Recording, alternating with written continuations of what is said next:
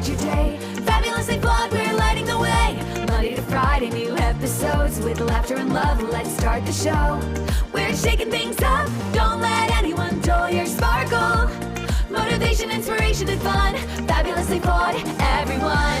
So shine a little brighter. Grab your smile and sing along. The show's about to start with Marnie, your host. You can't go wrong.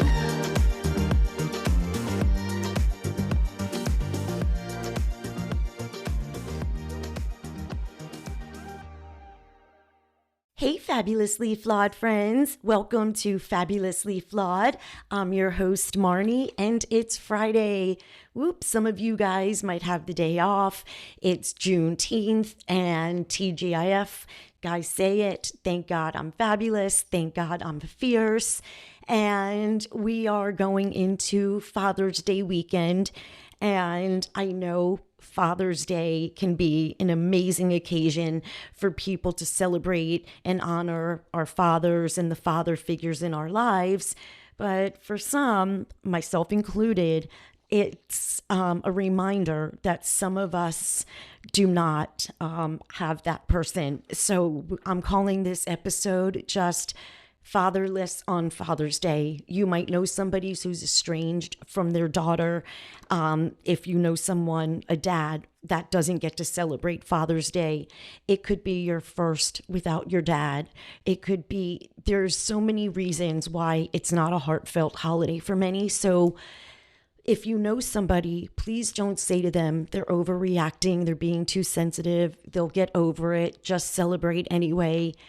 If somebody says, no, I don't want to celebrate my father this year, nobody has a right to tell you, oh, well, you should. Or I'm mourning the loss of not being able to celebrate. I don't think I can do anything today. Honor yourself, whatever you're feeling.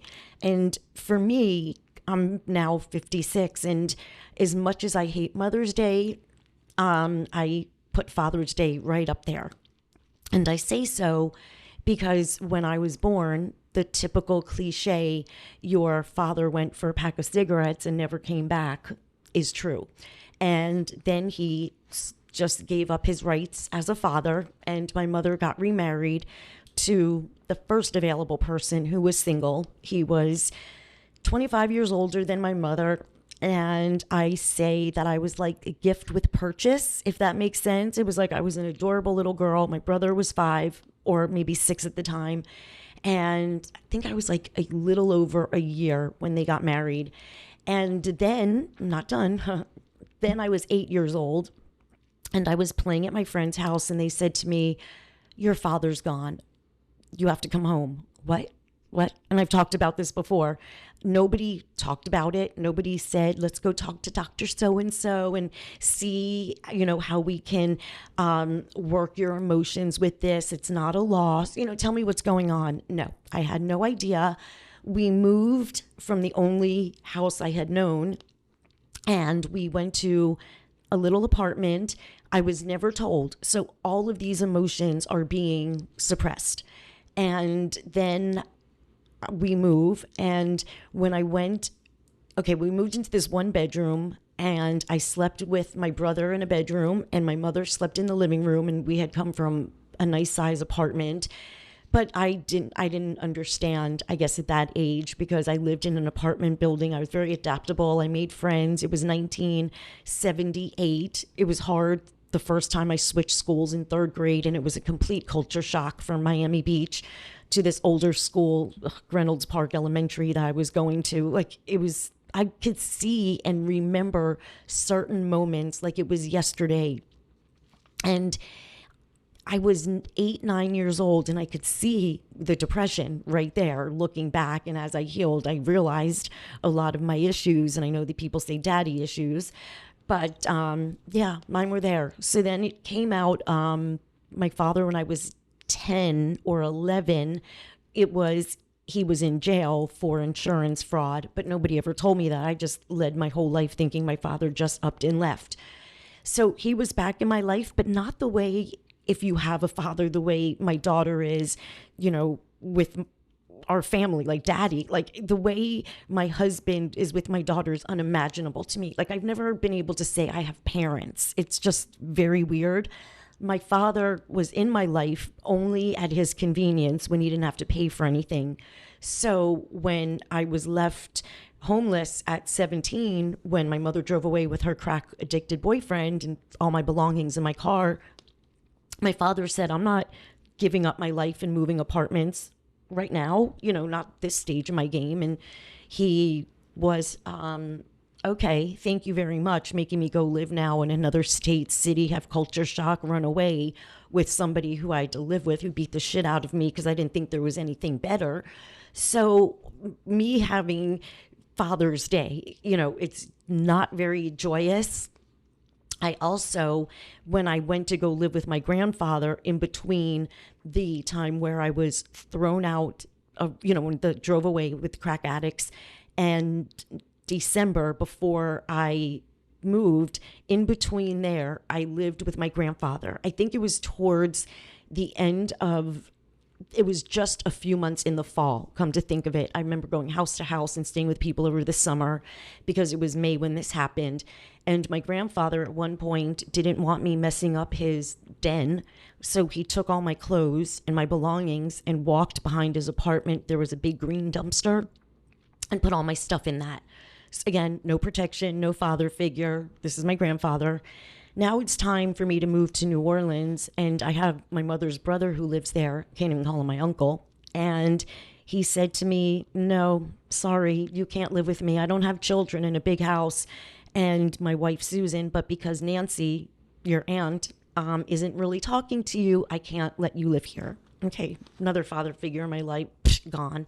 So then my mother also got remarried 3 more times. None of them, I have no idea where they are.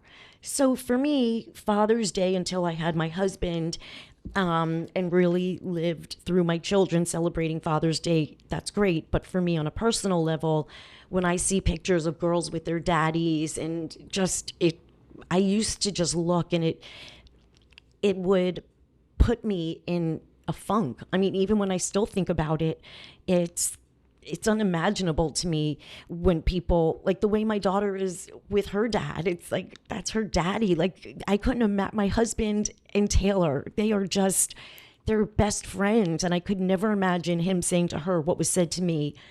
And there was a time in 2003 when I couldn't pay my rent. I was not married to my husband at this time. It's complicated. We've been married to each other 3 times. So it was just a crazy, crazy time. And I asked my father, he can help me with my rent. And his words were, and I quote, "You're going to have to figure something out, kiddo." He was going on a cruise with his wealthy girlfriend. So, yeah, Father's Day has never been for me. So what I've learned to do is not go on social media all day Sunday mornings and looking at all the tributes of girls with their dads, because it just breaks my heart. So staying off social media is one thing I can suggest for Sunday. If it's not a special day for you, I would do any kind of distraction to whatever brings you joy, whatever you can do to take your mind from thinking of what you don't have. Maybe I could go do this. Maybe I can go to a movie by myself. Maybe I'll go take a walk in the park. Maybe I'll have a picnic by myself. Maybe I'll go to the mall and walk around, or have lunch at my favorite restaurant. Something to take your mind off having, instead of having to sit with sadness during the day. Look, I go through cards, when we used to go through card sections, and Mother's Day especially, because my whole life fell apart on Mother's Day, which is synonymous with my birthday always. And Father's Day, never really having like daddy, it's just, those are 2 very hard Sundays in my life, but I've overcome them. And give yourself grace no matter how you're feeling. I feel sad for my husband every Father's Day because his ex-wife, who should have known better being a divorce attorney, truly allowed her 10-year-old to dictate when they found out about our affair. His ex-wife clearly was angry, but she gave my mother-in-law a choice. It's either she sees Ashley, my husband's daughter, who's going to be 32, or Noah and Taylor. So my mother-in-law at the time said, "Oh, I'll see Ashley," which became a very complicated thing, and said, "Oh, I'm not going to see Taylor and Noah." And then Ashley saw the car seat in my mother-in-law's car and never spoke to them again. She was 10. And Ellen, my husband's ex-wife, was so angry that she brainwashed, and I see this firsthand because my husband was the dad's dad. Ellen worked longer hours, and Jay was just the cutest daddy. So for a girl to unwillingly want a father in her life is unimaginable to me, because I would give anything to have a father, especially like my husband. And then she changed her last name when she was 18 to be like her mother. And it's just sad because she's willingly giving up a dad. So if you know someone that's in that situation, give them grace too. I mean, people are so fucked up. Seriously, people used to say, oh, she'll get around and she'll call her dad. Well, she's going to be 32 in October. And, you could just... There's a void missing in you. And I can tell you from not having a father, people need a mother and a father. They bring different things. You can hate your ex-husband more than the plague, but don't deprive your child. That's very uncool, and it leaves a void within their heart. And I can tell you firsthand, there will always be an emptiness in my heart when it comes to Father's Day. So enjoy your weekend, guys. Find that happiness, find the laughter, find the sunshine. If you're alive, small win. That's amazing. Celebrate that. If you got up to take a shower, that is fucking amazing. If you were able to step outside, I am hugging you because I know what that feels like. So whatever you're able to do for yourself this weekend, it's a win because you're here, and celebrate yourself. You deserve it, guys. So remember to never let anyone ever burst your bubble, and never, ever, ever, ever let anyone dull your sparkle. And if you want to set up a 10-minute free consult with me to see if I'm a good fit to be an empowerment coach for you, just click on it and sign up, and I'll be in touch. Have a great weekend, guys, and remember how fabulous and badass you all are. Thanks so much for joining us on this episode of Fabulously Flawed. If you're enjoying the show, please feel free to rate, subscribe, and leave a review wherever you listen to your podcasts. That helps others find the show, and we greatly appreciate it. Once again, we're so glad you're here, and we hope you'll come back Monday through Friday for another serving of empowerment, motivation, and inspiration. We'll catch you next time on Fabulously Flawed.